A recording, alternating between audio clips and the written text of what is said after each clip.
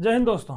अगर आप भी इंडियन आर्मी में एक परमानेंट नौकरी करना चाहते हैं, इंडियन आर्मी को ज्वाइन करके देश की सेवा करना चाहते हैं, तो आपके लिए इंडियन आर्मी की तरफ से एक परमानेंट वैकेंसी आ चुकी है, जिसमें अगर आप ज्वाइन हो जाते हो तो आप 60 साल की उम्र तक यहाँ पे आप नौकरी करने का आपको यहाँ पे अवसर मिलने वाला है। तो चलिए वीडियो को शुरू करते हैं। और ये वीडियो इसलिए भी खास होने वाला है क्योंकि ये जो भर्ती है ये आर्मी ऑर्डिनेंस कोर की तरह ही है।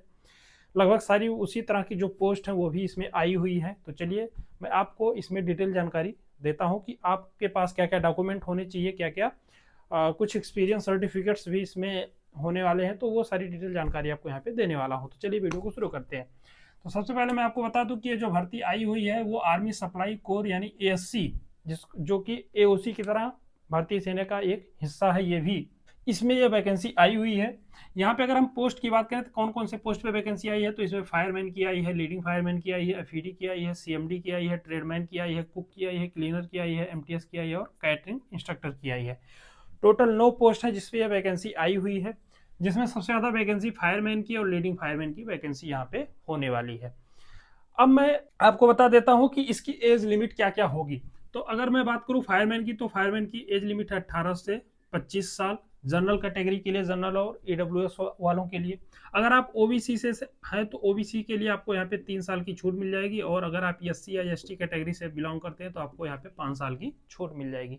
यानी अगर आप ओबीसी से हैं तो आप 28 साल तक इसके लिए एलिजिबल हैं, और ओबीसी या एससी एसटी से हैं, एससी एसटी से हैं तो आपको यहाँ पे 5 साल की एज में रिलैक्सेशन दिया जाएगा, यानी 30 साल तक आप इसके लिए अप्लाई कर सकते हो। सेम आपका लीडिंग फायरमैन के लिए और एफईडी के लिए ही, और ये सारे के सारे जितने यहाँ पे ट्रेड आए हैं सभी के लिए एज क्राइटेरिया यहीं पे है। बस इसमें सीएमडी का थोड़ा सा डिफरेंट है, वो क्या है 18 से 27 साल है। सीएमडी क्या क्या है 18 से 27 साल है।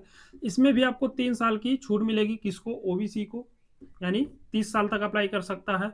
और यहाँ पे 5 साल की छूट मिलेगी किसको, तो एससी और एसटी को यहाँ पे 5 साल की छूट मिलेगी, यानी 27 5 32 साल तक एससी एसटी का कोई अगर बंदा है तो वो सीएमडी के लिए अप्लाई कर सकता है, जिसमें 6 पोस्ट आए हुए हैं।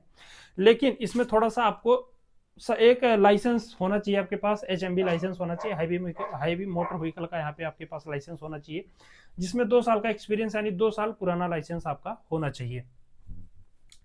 ट्रेडमैन के लिए भी सेम है।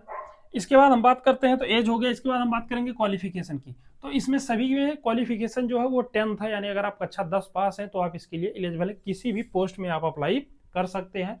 सबसे खास बात यह होती है कि यहाँ पे जिस भी पोस्ट पे आप ज्वाइन करते हैं आपको भारतीय सेना के साथ यहाँ पे काम करने का आपको मौका मिलने वाला है। अब क्वालिफिकेशन सभी में 10th है, लेकिन यहाँ पे जो आपका एफईडी है और जो आपका सीएमडी है, एफईडी और सीएमडी के लिए आपके पास क्या होना चाहिए, एचएमबी होना चाहिए। एफईडी के लिए यहाँ पे 3 साल का एक्सपीरियंस होना चाहिए, और जो आपका सीएमडी है इसके लिए आपके पास 2 साल का यहाँ पे एक्सपीरियंस होना चाहिए। एक्सपीरियंस मतलब आपका पूरा लाइसेंस जो है वो 2 साल पुराना होना चाहिए, और अगर आप एफईडी बनना चाहते हो तो आपका लाइसेंस जो है वो 3 साल पुराना होना चाहिए। ठीक, इसके अलावा यहाँ पे एक कैटरिंग इंस्ट्रक्टर है, इसके लिए भी 10th प्लस यहाँ पे एक डिप्लोमा होना चाहिए। वो डिप्लोमा किसमें होना चाहिए, वो कैटरिंग में होना चाहिए। कैटरिंग मैनेजमेंट वगैरह में अगर आपने डिप्लोमा किया है तो आप कैटरिंग इंस्ट्रक्टर के पोस्ट को भी अप्लाई कर सकते हो। इसके अलावा इसमें जितने भी पोस्ट हैं वो सारे के सारे आप 10th बेस पे हैं। अगर आप कक्षा 10 पास है तो आप उसको अप्लाई कर सकते हो, यानी आपके पास कक्षा 10 का सर्टिफिकेट है। तो इसके बाद इसमें कुछ पदों पर पीटी और पीएचडी भी होगा और कुछ में नहीं होगा, तो वो भी मैं आपको यहाँ पे क्लियर कर दूं कि कौन कौन से पद पे होने वाला होगा और किस पे नहीं होगा। तो यहाँ पे ट्रेडमैन, मेट और फायरमैन और एफईडी और लीडिंग फायरमैन के पोस्ट पे होने वाला है, जिसमें अगर हम फायरमैन, लीडिंग फायरमैन और एफईडी की बात करें तो इनमें तीनों में हाइट मांगी गई है कितनी, 165 सेंटीमीटर। इसमें आपको 2.5 सेंटीमीटर की छूट भी मिलती है, किसको, तो एसटी को, यानी एसटी कैटेगरी से कोई बंदा है तो उसको 2.5 सेंटीमीटर की इसमें भी एज में हाइट में भी आपको यहाँ पे छूट मिलेगी। इसके अलावा और किसी को छूट नहीं मिलेगी। सबकी मिनिमम हाइट कितनी होनी चाहिए, 165 सेंटीमीटर हाइट होनी चाहिए। चेस्ट की बात करें तो चेस्ट कितना होना चाहिए, चेस्ट होना चाहिए नॉर्मल 81.5, यानी नॉर्मल ऐसे मापेंगे तो 81.5 होना चाहिए। उसके बाद यहाँ पे 5 सेंटीमीटर आपको क्या करना है, इसको एक्सपेंड करना है। कैसे, ऐसे हवा भरनी है, सीने को फुलाना है, उसके बाद मापेंगे, वो मिनिमम 5 सेंटीमीटर एक्सपेंड होना चाहिए। लगभग लोगों का हो भी जाता है, इसमें कोई प्रॉब्लम आगे आपको नहीं होगी। इसके अलावा इसमें आपका वेट, शरीर का वेट मिनिमम आपका 50 kg का होना चाहिए, तो आप इसके लिए एलिजिबल हैं। इसके अलावा रनिंग इसमें नहीं होगी। मैं आपको क्लियर बता दूं कि यहाँ पे रनिंग नहीं होने वाली है। फायर ब्रिगेड में तीनों पोस्ट आई है, आपका फायरमैन, लीडिंग फायरमैन, एफईडी, तीनों के लिए यहाँ पे रनिंग नहीं होने वाली है। ट्रेडमैन मेट की बात करें तो इसमें रनिंग होगी। कितनी होगी? तो 1.5 किलोमीटर की यहाँ पे रनिंग होने वाली है, जिसके लिए आपको 6 मिनट का कंप्लीट टाइम दिया जाएगा। यानी अगर आप 6 मिनट में 1.5 किलोमीटर दौड़ लेते हैं तो आप इसके लिए क्वालिफाई कर जाएंगे। आपको यहाँ पे 6 मिनट पूरा समय दिया जाएगा। इसके बाद 50 केजी का इसमें वेट होता है, जिसको आपको 200 मीटर ले करके जाना होता है 100 सेकंड के अंदर। यानी 200 मीटर 50 केजी का वेट आपको खुद ही उठाना है और 200 मीटर उसको 100 सेकंड का टाइम दिया जाएगा, आपको उसको लेकर के जाना है। इसके अलावा यहाँ पे फायरमैन, एफईडी और एलएफएम के लिए यहाँ पे एक और क्राइटेरिया होने वाला है। वो क्या होगा? इसमें 63.5 केजी का फायरमैन लिफ्ट होता है, जिसके लिए आपको 96 सेकंड दिया जाता है, जिसमें आपको 183 मीटर लेकर के जाना होता है। यानी 65.5 केजी का यहाँ पे हो सकता है आपको कोई बोरे में कुछ चीज भर के भी उठवाई जा सकती है, या हो सकता है आपको फायरमैन की जगह पे कोई आदमी रहे, उसको आपको लिफ्ट करना, यानी उसको उठा करके 96 सेकंड में 183 मीटर लेकर जाना पड़े। ज्यादा चांस है कि आपको वहां पे बोरे में कोई चीज रखा रहेगा, उसी को आपको उठा करके लेकर जाना होगा, तो आप बोरे की प्रैक्टिस करके जाओ 65.5 केजी की। इसके अलावा 9 फीट का एक लॉन्ग जंप होता है, जिसके लिए आपको एक चांस दिया जाएगा, आसानी से इसको कर सकते हो। इसके अलावा 3 मीटर का एक रोप क्लाइंबिंग होता है वर्टिकल, जिसको आपको पकड़ के रस्से पे चढ़ना होता है, तो इसकी अभी प्रैक्टिस करके जाना। तो आई होप आपको यहाँ तक सारी चीजें आपको अच्छे से समझ में आ जाएंगी। इन सभी के लिए आपको एक चांस मिलने वाला है, आपको यहाँ पे दोबारा मौका नहीं मिलेगा। अगर एक बार डिस्क्वालीफाई हो गए तो आप बाहर हो जाएंगे। सारे के सारे चीजों के लिए आपको केवल और केवल एक ही बार मौका यहाँ पे मिलने वाला है। इसके बाद आपको अगर ये सारे फिजिकल क्राइटेरिया अगर आप क्वालिफाई कर जाते हैं तो वहां से आपको पास करके निकाल दिया, मतलब पास करके आपको सर्टिफिकेट देके बाहर कर दिया जाएगा। उसके बाद 1 से 2 महीने के अंदर आपको रिटन एग्जाम का एडमिट कार्ड जारी किया जाएगा, जिसमें आपके ये 4 सब्जेक्ट होने वाले, जिसमें रीजनिंग के 25 क्वेश्चन होगा, जीके जीएस का 25 होगा, इंग्लिश का यहाँ पे आपका 50 होगा, इंग्लिश का यहाँ पे 50 क्वेश्चन होगा, और मैथ का भी यहाँ पे 25 क्वेश्चन होगा। टोटल 150 क्वेश्चन होने वाले हैं। इस 150 क्वेश्चन को सॉल्व करने के लिए आपको 2 घंटे का समय दिया जाएगा। ध्यान रहे यहाँ पे आपको 0.25 की निगेटिव मार्किंग भी की जाएगी, यानी अगर आप गलत उत्तर करते हैं तो एक क्वेश्चन गलत होने पे आपको 0.25 अंक आपके सही उत्तर में से काट लिए जाएंगे। अब इसके हम सिलेबस की बात करें तो इसका सिलेबस जो है वो बहुत ज्यादा डीप, आपको इसमें कुछ पढ़ना नहीं है। आपको बेसिक चीजें अगर आपने तैयार की है या आर्मी की तैयारी की है तो आप इसको आसानी से क्वालिफाई कर जाते हैं। बहुत कठिन यहाँ पे एग्जाम इसका होने वाला नहीं है, बेसिक सारे क्वेश्चन यहाँ पे आते हैं। अगर आप कहोगे तो इसके सिलेबस पर मैं एक वीडियो डिटेल में बना भी दूंगा। इसके बाद मैं आपको क्लियर बता दूं कि इसका जो एप्लीकेशन डेट है वो कब से शुरू हो, 15 अगस्त से शुरू हो चुका है, और लास्ट डेट है इसका 4 सितंबर 2026, यानी 4 सितंबर से पहले आपको इसको अप्लाई कर देना है।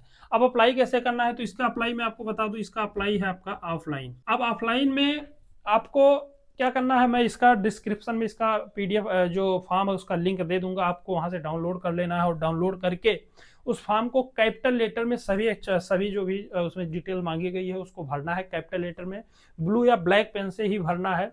और ये सारे डॉक्यूमेंट्स उसमें लगा करके अटैच करके सभी की 2-2 कॉपी, सभी पर आपको सिग्नेचर, सभी सेल्फ अटेस्टेड होने चाहिए, यानी खुद से प्रमाणित होनी चाहिए। यानी जितने भी पेज आप उसमें लगाते हैं डॉक्यूमेंट्स के, सभी पे आपको खुद का सिग्नेचर करके एक लिफाफे में बंद करके आपको इस एड्रेस पे, to the presiding officer civilian direct recruitment board, CHQ AC centre south, Agaram post, Bangalore 560007 Karnataka, इस एड्रेस पे भेज देना है।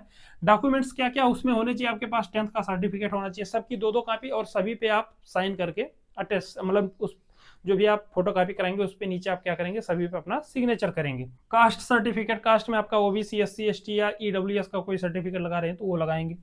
डोमिसाइल यानी निवास प्रमाण पत्र आपको लगा देना है।